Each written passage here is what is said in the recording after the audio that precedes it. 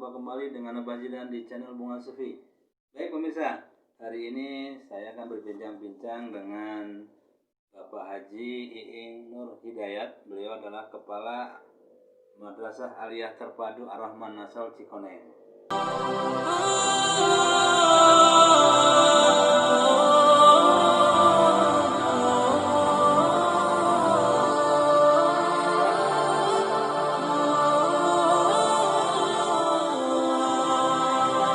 Baik pemirsa, kita akan bincang-bincang. Assalamualaikum Pak Ji. Waalaikumsalam warahmatullah.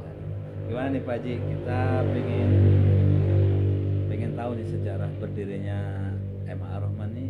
Kira-kira apa nih Pak Ji yang menginspirasinya Pak Ji? Perlu diketahui Ya. bahwa Madrasah Aliyah Ar-Rahman ini lahir tahun 95. 95. Ya, Berarti kurang lebih seperempat abad Pak ya. ya seperempat abad.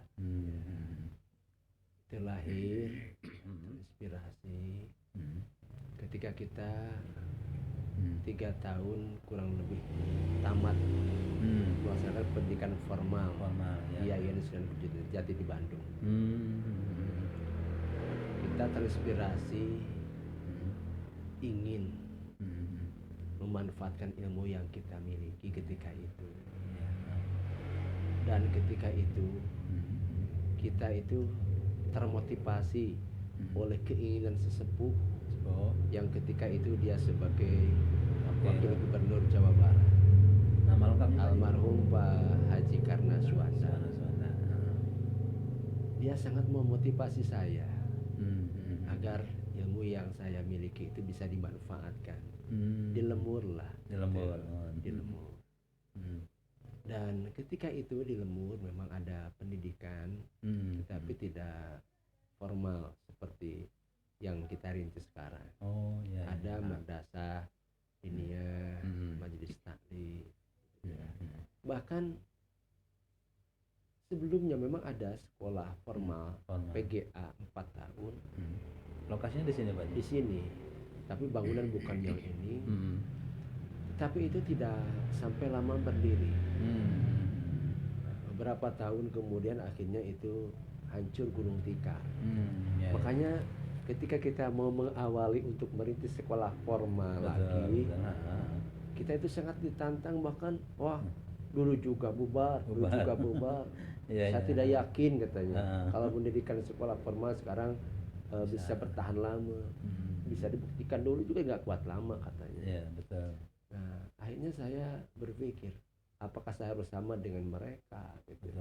Kita punya prinsip, kalau kita sudah memiliki satu keinginan, kita ingin bahwa keinginan itu selama belum kita lakukan, kita ingin melihat bagaimana hasilnya. Jadi kita tidak bisa tidak mau mengatakan tidak bisa sebelum kita coba. Gitu. Makanya sampai saat ini kita itu punya sebuah slogan, bertekad bisa dan terbiasa. Gitu kan. Itu saya sampai hari ini terus itu sering diingatkan kepada anak didik juga bahwa dengan tekad itu pasti bisa. Waktu itu sudah ada pesantren segala macam terpadu begini? Belum. Ya. Pesantren yang seperti sekarang ini adalah sejalan dengan pendidikan formal itu sendiri. Kita berkeinginan ingin merekrut siswa yang jauh gitu kan. Kalau tidak ada pesantren mau bagaimana? Yang dari Ciamis, Langkah Pelajar, Pangandaran, dari Bandung, dari Garut, dari Sumedang, tidak mungkin mereka ujuk-ujuk sekolah di sini kalau tidak punya penampungan asrama pesantren. Ya, sampai kapanpun tidak mungkin. Masa mereka istilahnya PP dari Bandung. Dari Tasik, tidak mungkin, kecuali kita menyediakan pondokan. Oke Pak Ji, kita sambung. Berarti terpadu ini karena tadi ya tujuannya Pak Ji ya, merekrut yang jauh-jauh ya? Iya. Kira-kira dengan terpadu itu ada pesantren, perkembangannya gimana nih Pak Ji? Alhamdulillah. Kita kan dari awal siswa pertama itu hanya 19 orang. Ya Allah. Dan itu pun notabene siswanya sudah berhenti 2 tahun, 3 tahun gitu kan ya. Jadi begitu kita memberi itu, ini bagaimana? Itu kan bulan Mei. Kita terinspirasi untuk benar-benar deal Paket. ya, apa istilahnya, tabah gong gitu ya gitu. Jadi misalkan tidak, itu bulan Mei, Ya. bulan Mei sangat singkat sekali. Hmm. Awalnya memang kita tidak yakin karena saya juga mau memanfaatkan ilmu di lembaga lain lah. Oh gitu. Kita mau istilahnya apa, jadi sertifikat honorer, jadi dosen di lembaga Yang swasta lain. yang lain. Tapi itulah saya terinspirasi benar, termotivasi benar dengan kata-kata Pak Haji Karna Suwana. Ayeuna rek ngamakeun ilmu di lembaga lain, apalagi di swasta. Kenapa kita tidak membuat sendiri, kata dia. Oh iya ya. Nah, setelah itu saya menikahkan bulan Mei 95. Oh masih 95 juga Pak? 95. Waduh. Nikah, masya Allah. Berarti Ini gimana? nikah, bikin lembaga Pak, dihijikan Pak ya? Iya. Wis, lumayan. Makanya Luar biasa. saya begitu menikah, subhanallah, saya kejar tayang gitu ya. Oh gitu. Saya tidak tinggal diam. Kalau orang lain honeymoon kemana gitu ya, Ya. bulan madu langsung. kemana, saya tidak. Waduh. Saya pakai sepeda motor, ya punya istri juga ketika itu. Saya cari siswa kemana-mana, Ya Allah. dari rumah ke rumah ketika itu. Orang yang sudah berhenti 1 tahun 2 tahun pun kita ketok pintunya, yulah sekolah bismillah, yuk bismillah. Apa dulu juga bubar, kita coba yuk lah bismillah yuk. Subhanallah, Mei, Juni, Juli, awal tahun.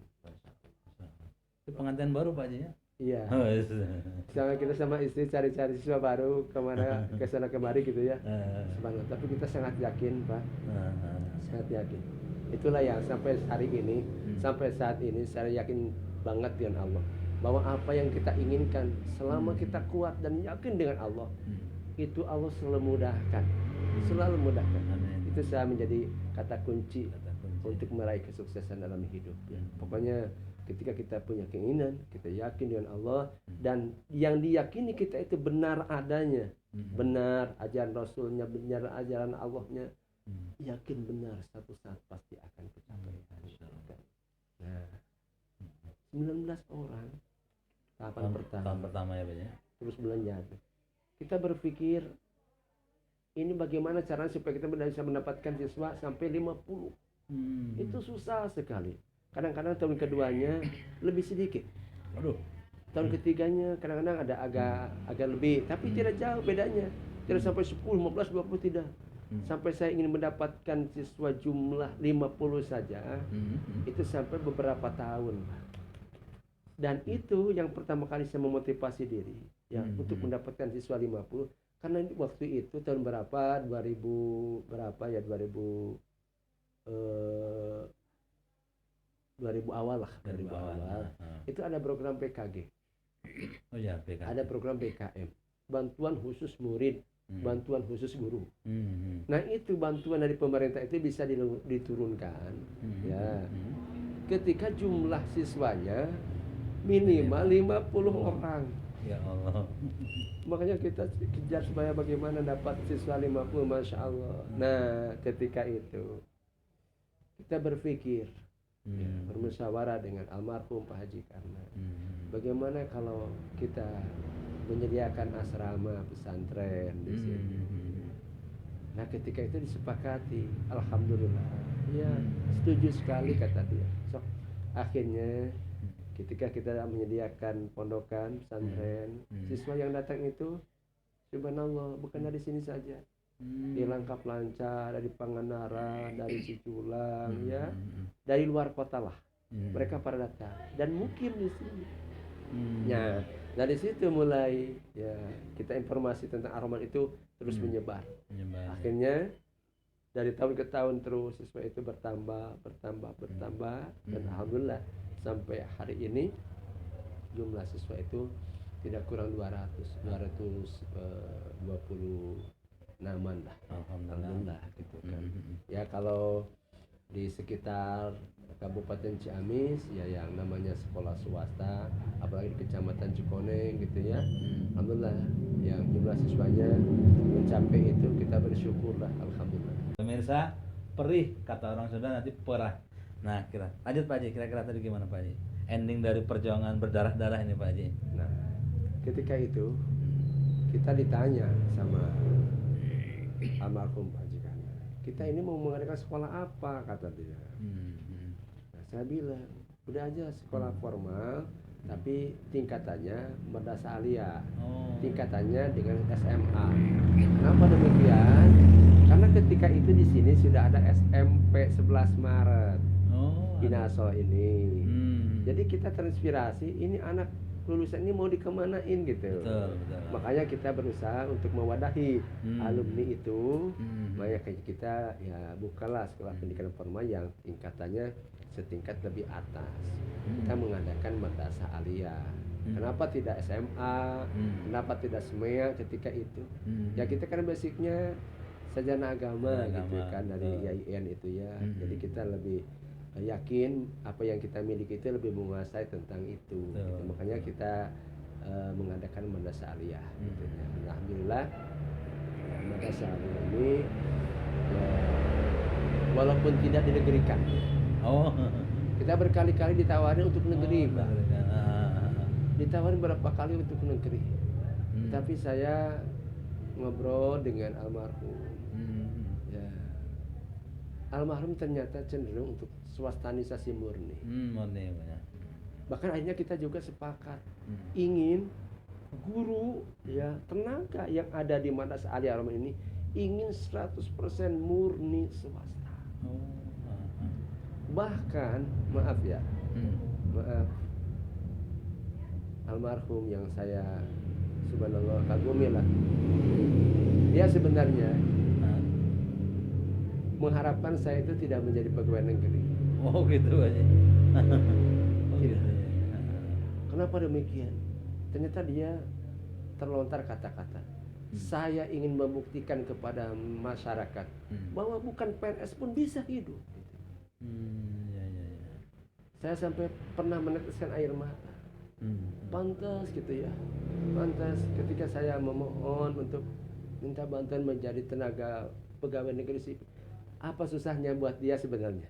Seorang pejabat seperti itu, kalau dia berkenan saya menjadi seorang pegawai negeri ketika itu, dia mudah lah, dia mudah. Tetapi ternyata dia terucap kata-kata akan hayang nemungkeun ka masyarakat bahwa iing lain pegawai negeri bisa hidup. Ya Allah. Tetapi ternyata ya motivasi itu tidak menyulitkan saya juga untuk menjadi seorang pegawai negeri sebenarnya. Kenapa demikian? Bukan saya setengah hati sebetulnya. Saya ingin mendapat dukungan lebih.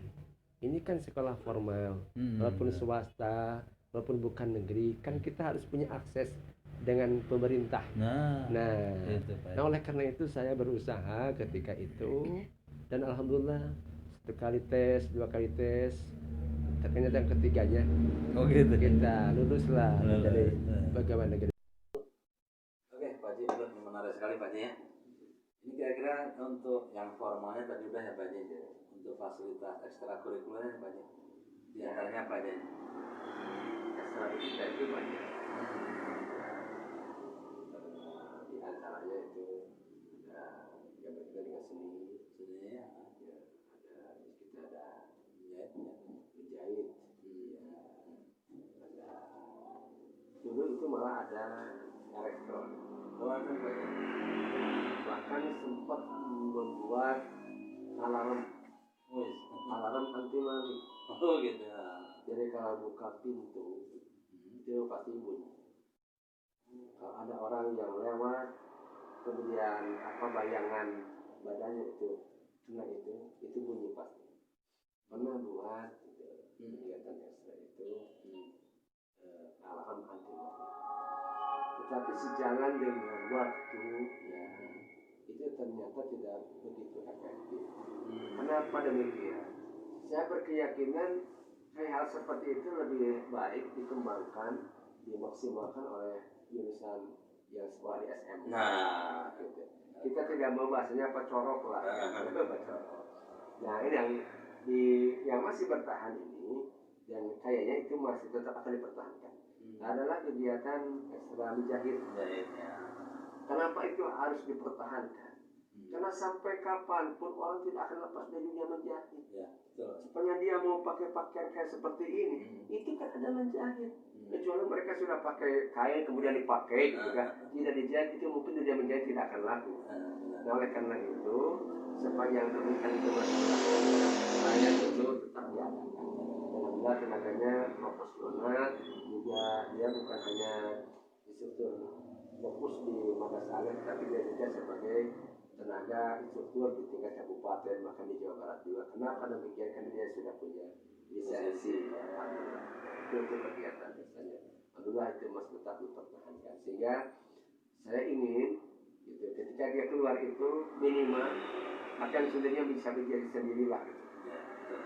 Kalau punya nanti punya tanah, punya orok, bukan bikin popok, bikin apa, malah tidak bisa beli ke toko, kita bikin sendirilah. Itu untuk saya. Kemudian untuk tenaga ini, semua tenaga yang ada di Madas Alia kualifikasinya sudah sesuai. Ya, kita tidak ada guru yang bid'ah lah. Oh iya. Jadi sesuai dengan kualifikasinya. Ngajar bahasa Arab dia bahasa Arab. Ngajar bahasa Inggris dia basicnya bahasa Inggris. Linear semua ya Pak? Linear semua, termasuk guru olahraga. Dan alhamdulillah kita ini sudah punya wasit internasional Pak. Wasit apa itu Pak? Ya? Bidang olahraga apa itu Pak? Bidang olahraga. Dia wasit kuali internasional, bukan nasional lagi. Biasa, luar biasa ini. Kalau ini punya wasit internasional. Ya, namanya Indra Mufli. Ya, jadi dia itu benar-benar dipercaya, bukan hanya ditunjuk sebenarnya. Dia seleksi alhamdulillah dia terjaring menjadi wasit internasional. Jika ada perubahan ya, misalkan ada apa itu Florida dan sebagainya kayak seperti itu, ya pasti dia menjadi wasit. Yang lainnya alhamdulillah termasuk yang tadi guru tata busana, guru media juga sama, termasuk juga guru yang lain, ya guru mata pelajaran yang semua kualifikasinya. Cuman ya basicnya mereka ya begitu. Sebenarnya kita ingin semua itu swasta, tapi ada juga yang negeri, tapi tidak banyak. Hanya 2 orang yang negeri, ya kita. Gitu. Yang lainnya masih guru tersertifikasi dan juga lokasi. Yang lainnya hanya sertifikasi saja, dan yang sisanya belum sertifikasi. Tapi alhamdulillah, ya saya bersyukur kepada Allah, walaupun ya notabene mereka keadaannya seperti itu.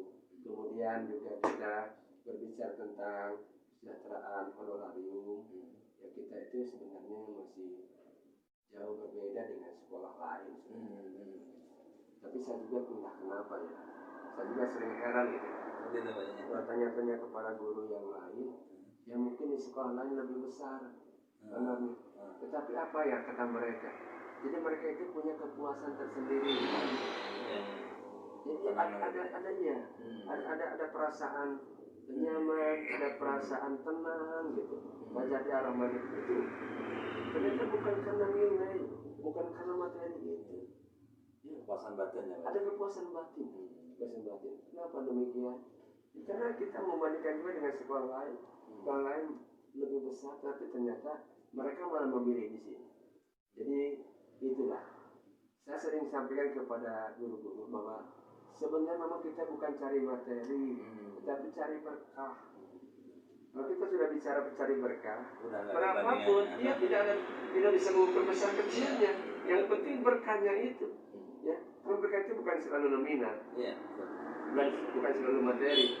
Anak sehat itu kan berkah, pikiran tenang itu kan berkah, ya. Kemudian kita juga merasa tidak terbebani dengan hal lain, itu juga berkah. Jadi alhamdulillah. Jadi mereka ya mengajar di sini, walaupun ya keadaannya ya tidak sampai besar seperti sekolah yang lain, tapi alhamdulillah mereka memiliki keputusan. Nah selanjutnya juga ya ini yang program unggulan dari kita. Nah di kita ini ada di samping kegiatan akademik yang keseharian ya, kita ingin anak itu benar-benar memiliki kemampuan di bidang keilmuan yang mumpuni lah. Antara ya, hanya kita juga ya ingin bahwa kemampuan itu bukan hanya di bidang umum. Saya ingin dua hal ini, Al-Quran dengan sholat ya. Ini ingin menjadi ikon yang benar-benar membuat Ar-Rahman ini lebih diri berkahi Allah. Ya. Kita ingin Al-Quran ini menjadi literasi utama, bacaan utama. Oleh karena itu kegiatan tahfidz Quran ini dijadikan sebagai unggulan juga di sini. Bahkan juz ke-30 itu menjadikan syarat kelulusan di madrasah. Kalau dia ingin lulus minimal juz 30 harus. Kenapa demikian Pak? Maaf ya. Ini kan di masyarakat itu ya.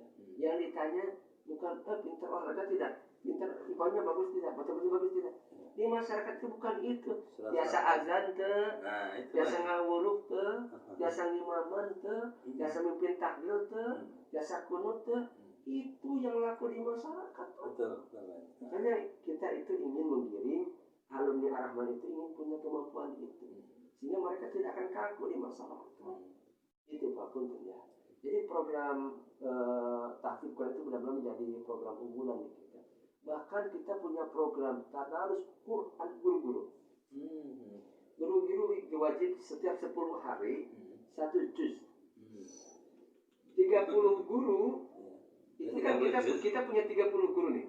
30 guru. Jadi 10 hari itu kita tamat 1 Quran, Pak.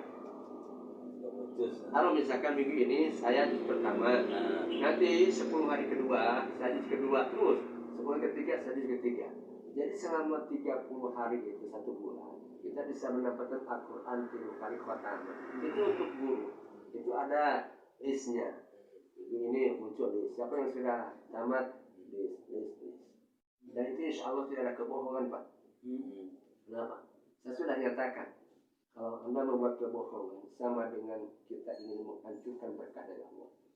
Jangan pernah dusta. Maaf ya. Saya sering begitu katakan. Jadi kita perlu kejujuran. Ini kita tidak melihat apakah benar dia tadarus Quran atau tidak. Ya.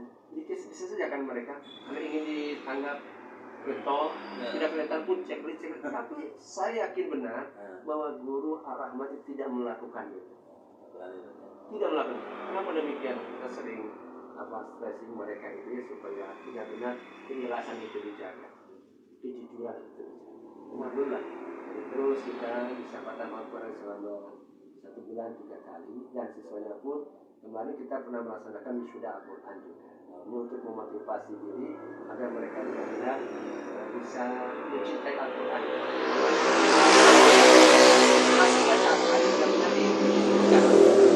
Sebelum belajar mereka duduk, ya, mereka taruh Quran, kemudian mereka baca Asmaul Husna.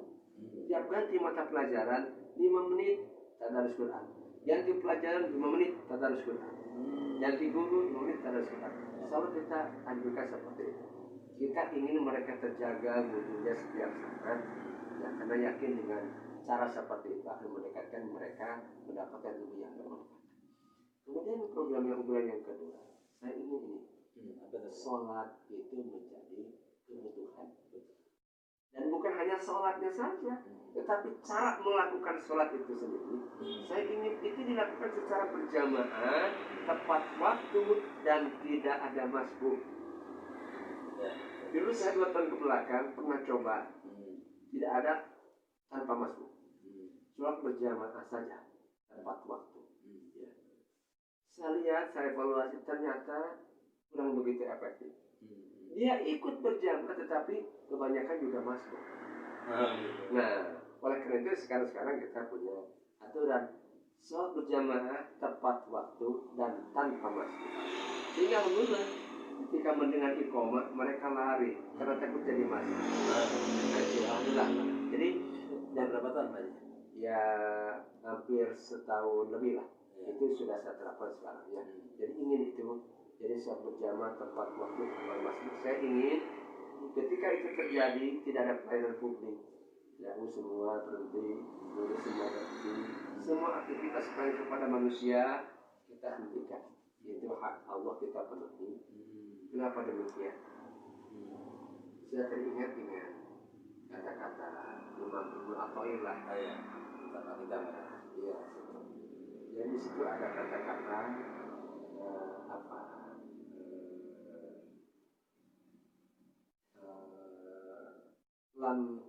Lan tastabti min hunnawa walakin istabti min nafsika wujudan ikhlas. Artinya jangan pernah kita salahkan Allah ketika rahmat Allah, karunia Allah itu datang terlambat kepada kita. Tapi salahkan diri kita. Kenapa kita datang terlambat untuk menghadap Allah? Makanya saya sekarang amat yakin bahwa Allah itu harus dijadikan segala-galanya dalam hidup kita. Ketika mendengar azan berkumandang, sudah semua aktivitas kita berhentikan. Allah yang kita tuju. Saya yakin dengan cara itu lembaga ini akan benar-benar diberkahi Allah. Dan saya sudah banyak merasakan bahwa banyak hal yang tidak pernah saya duga tentang kebaikan, ternyata Allah berikan dan kebaikan. Saya yakin itu adalah berkah daripada Allah. Oke, Pak Haji, sudah tambah lagi Pak Haji? Ya. Ya, Pak Haji, aduh, masalahnya perjuangannya luar biasa. Biasa, inilah cerita yang selamanya terpendam selama 25 tahun. Pak Haji Ing mengawali perjuangannya dari nol, dari sejak pengantin baru. Ya Pak Haji, sangat terharu dan Masya Allah. Kemudian setelah perjuangannya Pak Haji, kita coba melihat fasilitas Pak Haji. Ini apakah juga sama nih? Berdarah-darah Pak Haji nyiapin fasilitas semuanya. Fasilitas yang awal itu berupa kelas ya. Kita itu bukan tidak ujung-ujung punya kelas gitu.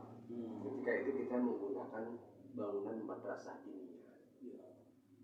Bangunan yang sore harinya digunakan oleh anak-anak diniyah yang mengaji. Pagi-paginya digunakan sama kita.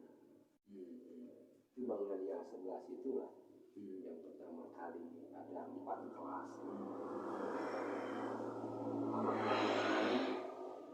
Alhamdulillah yayasan ketika itu almarhum Pak Haji kami punya atensi besar untuk sedikit demi sedikit membuat fasilitas ini lebih lengkap. Ini kantor ini, maaf ya, ini adalah rumah yang ketika itu dimiliki oleh mas keluarga lah, mas keluarga.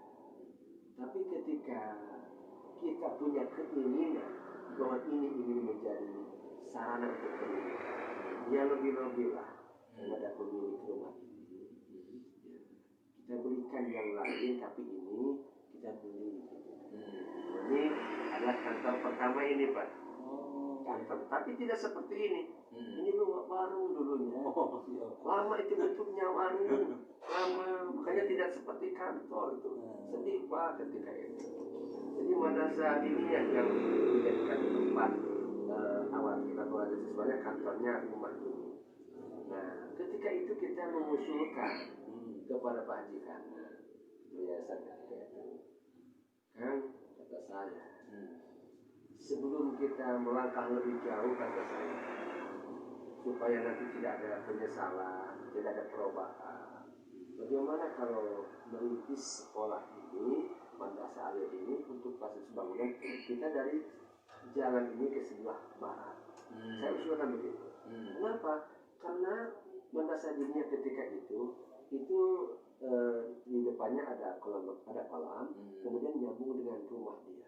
Maksud saya begini, barangkali dia punya keinginan gitu ya, ingin menyatukan kolam itu dengan rumahnya menjadi sebuah pemandangan yang indah buat dia dengan keluarga tinggal di situ. Makanya saya tidak mau di situ ada bangunan pendidikan yang sekali-kali mengganggu ketenangan dia ketika beristirahat. Tapi apa kata dia? Jangan. Tetap itu bangunan harus dijadikan bangunan madrasah aliyah. Kata dia. Itu tandanya berarti dia benar-benar cinta kepada madrasah aliyah. Termasuk memang madrasah diniyah. Kenapa demikian? Karena ketika itu dibuatkan madrasah aliyah, madrasah diniyahnya dia buatkan. Jadi artinya terpisah. Tidak ada lagi misalkan sore harinya untuk dunia, paginya untuk kalian. Jadi kita perlahan dengan kebiasaan membuat bangunan yang masing-masing punyanya tidak disatukan. Artinya perlahan alhamdulillah kita membuat bangunan terus ya. Ketika kita mendapat rangsangan bantuan dari pemerintah, misalkan untuk rehab, ya katakanlah dapat 25 juta, kita berusaha ya, ngobrol dengan kebiasaan. Nah, apa kata dia? Setiap bantuan yang dari pemerintah, kata dia, jadikan itu sebagai penyuntik kita, katanya. Jadi kita termotivasi. Kalau kita ingin membangun satu bangunan, dua bangunan, kalau misalkan datang berapapun dari pemerintah, kata dia, itu jadikan modal utama. Makanya Pak, setiap ada bantuan satu misalkan untuk rehab saja, ternyata kita bisa merehab 1 lokal, 2 lokal, 3 lokal. Walaupun dari secara aturan sekarang itu kan menyalahi ya. Menyalahi secara sekarang kalau itu untuk 1 lokal, udah 1 lokal aja. 2 lokal. Dulu itu kan masih longgar. Ketika kita mendapat bantuan ya untuk 1 lokal misalkan, ternyata kita bisa kembangkan. Tetapi itu juga bukan artinya uang itu menjadi buat 3 lokal. Tetap itu buat 1, tetapi yang 2 yang 3-nya dia terpacu untuk membuat menambah swadaya. Nah setelah itu alhamdulillah secara bertahap kita ini punya ya kantor ini alhamdulillah tentatif lah segini malah kita punya ruang kepala, ruang tempat meeting, ruang tata usaha, ruang guru, ruang lab IPA, lab komputer, lab IPA juga punya. Kemudian kita juga punya lab kesenian ya. Yang artinya sarana yang sekarang ada itu alhamdulillah sudah memenuhi kebutuhan lah. Memenuhi kebutuhan untuk sejumlah siswa minimal. Kalau kita punya rombel yang 9 rombel, alhamdulillah kita sudah mencukupi lah. Hanya mungkin yang menjadi kendala kita untuk sarana ini sekarang, kita belum punya gedung serbaguna. Jadi ketika kita mau mengadakan acara-acara besar-besaran, kita masih tetap pasang tenda, ya. Kita masih tetap pasang bangunan di luar gitu ya. Jadi walaupun di situ ada aula, kapasitasnya belum sampai menyambung 200 lebih belum. Jadi kita belum punya sarana itu. Ya. Tapi lokasinya ada Pak? Lokasinya ada. Kita kalau misalkan itu yang di depan ruang itu juga, kalau bisa dibikin sebagai serbaguna sebenarnya bisa. Jadi kita masih punya PR itu kan. Kita ada pertemuan besar gitu, orang tua, siswa. Jadi kita belum bisa memenuhi kebutuhan gitu. Tapi kalau secara kegiatan keseharian, ya begitu di pondoknya, di aliyahnya, dan juga sanawiyah sekarang kan sudah ada sanawiyah. Jadi sudah ada madrasah. Jadi di yayasan ini sudah ada madrasah aliyah, madrasah sanawiyahnya, ada RA-nya, pondok pesantrennya. Ya. Cuma yang tidak ada MI-nya. Kenapa MI SD? Karena kita begini Pak. Kita ingin saling memanfaatkan Pak. Ya alumni SD yang ada ini kan banyak di sekitar kita. Kita tidak mau menyaingi sebenarnya. Kalau misalkan mereka jumlah anaknya terbatas, udahlah itu cukup di SD. Tetapi kita dari awal RA-nya kita bikin. Kenapa RA menjadi kewajiban? Karena penanaman ketauhidan dari situ Pak. Kita sangat yakin pendidikan awal itu adalah pendidikan itu.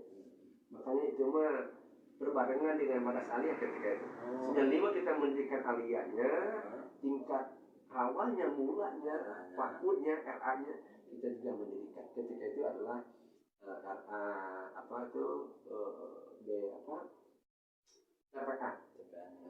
Taman Pendidikan Al-Quran ketika itu ya. Jadi yang diperbesar adalah Al-Quran. Jadi alhamdulillah RA, Sanawiyah, aliyah, pesantren, cuman MI-nya tidak ada karena kita tidak menghargai kepada sekolah-sekolah yang ada. Ya, jadi kita dari RA-nya nyuplai kita ke SD, dari SD-nya tarik kita ke sanawiyah, dari sanawiyah kepada. Kenapa kita mengadakan sanawiyah? Kita bukan menyaingi SMP yang ada, Pak. Karena tetap berbeda gitu. Walaupun bagaimana sama tapi beda, beda tapi sama. Ya, kita tetap bukan SMP tidak baik, bukan. Masing-masing punya kelebihan, tapi kita ingin ya sejalur gitu kan, sejalur. Dan saya yakin kalau orang yakin dengan Allah tidak akan merasa kekurangan siswa, tidak akan merasa. Kenapa? Yang masuk ke sanawi alaman saja bukan dari sekitar. Yang jauh, kenapa? Mereka kan sambil mondok di sini. Kita kan punya wadah pesantren. Makanya yang masuk ke sanawiyah pun coba dari Sumedang, dari Bandung, itu ke sini. Jadi artinya siswa yang ada di sanawiyah pun bukan dari semua, dari sekitar. Makanya ya berusulkanlah kepada Allah bahwa segalanya Allah yang ngatur. Jangan pernah panik, jangan pernah ketakutan tidak ada siswa. Hanya kita niatannya baik, insya Allah di situ juga. Ya Pak Haji, aduh dari menarik nih Pak Haji ya. Kita lanjut nih Pak Haji untuk sesi terakhir ini. Pak Haji silakan di review kembali harapan dan masyarakat. Tadi prestasi belum Pak Haji, gimana prestasi yang lain? Oh iya, mau prestasi. Kita bersyukur kepada Allah. Walaupun kita sekolah di kampung, tapi tidak kampungan. Wah, jadi ya. Walaupun sekolah kita murah, tapi tidak murah. Tidak murah. Alhamdulillah kita bisa bersaing dengan sekolah yang ada di kota, SMA, SMA. Maka ketika ada kegiatan tertentu, baik yang berkaitan dengan akademik maupun akademik, banyak prestasi yang didominasi oleh siswa-siswa kita, baik tingkat kecamatan, kabupaten, provinsi. Alhamdulillah ya, itu bisa dilihat lah dari kata-kata yang terdapat di piala itu sendiri lah. Kalau saya bicara satu lama, siap. Ya, tapi itu piala-piala yang ada cukup merepresentasikan apa ya prestasi menjadi prestasi pada saat Alhamdulillah kita bersyukur kepada Allah, dan ini akan selalu kita menjadikan sebuah harapan bahwa ke depan kita ingin terus berprestasi. Kita akan haus dengan prestasi. Kita harusnya prestasi. Oleh karena itu kita lihat di pintu itu kan madrasah Aliyah Terpadu Ar-Rahman menuju madrasah prestatif, kompetitif dan adaptif. Insya Allah lah. Ini bagi mereka yang memang masih mahal pada saat itulah kita lebih mendekat lah untuk bisa memahami mendekat seperti apa sesungguhnya madrasah Aliyah Ar-Rahman. Oleh karena itu saya ingin berharap besar sebenarnya kepada masyarakat sekitar, kepada masyarakat yang bisa atau terbiasa membuka informasi online ya, ya silakan lakukan saya Terpadu Ar-Rahman ini. Saya ini sangat yakin apa yang selama ini saya lakukan insya Allah tidak salah, karena saya punya prinsip man arofa nafsah faqad arofa. Saya ingin menjembatani anak didik kami untuk bisa mengenali siapa dirinya dan siapa Tuhan. Itu sebuah target capaian kami agar mereka merasakan itu ketika mereka belajar di madrasah Aliyah. Dia ingin tahu siapa jati diri sesungguhnya, kemudian ingin siapa sebenarnya Tuhan yang harus dia ibadahi. Nah, dengan keyakinan ini saya sangat yakin bahwa apa yang saya lakukan itu tidak keliru, tidak salah. Oleh karena itu saya sangat berkeyakinan satu saat madrasah Aliyah Terpadu Ar-Rahman akan menjelma menjadi madrasah pilihan umat. Saya yakin, aku yakin akan menjadi sekolah ataupun madrasah yang besar dan akan menjadi diminati oleh masyarakat yang luas. Karena itu ya kepada masyarakat sekitar, masyarakat di luar juga, yuklah kita manfaatkanlah lembaga ini. Kita yakin benar ketika kita melakukan hal yang baik, insya Allah hasilnya pun akan Allah berikan dengan kebaikan. Bagi ini gimana cara daftarnya? Pemirsa, bagi masyarakat yang berminat mendaftar di SMA Ar-Rahman, nanti ada link ya. Ada linknya Pak ya? Ya, jadi nanti di sini nih. Linknya nanti bisa dilihat ya di layar. Jadi bisa online, bisa offline. Bisa online, bisa offline. Yang jauh bisa online, yang dekat ya silakan bisa datang sini. Oke. Yang pemirsa Bunga Supi bisa lewat channel Bunga Supi. Dari manapun Anda berada silahkan, insya Allah.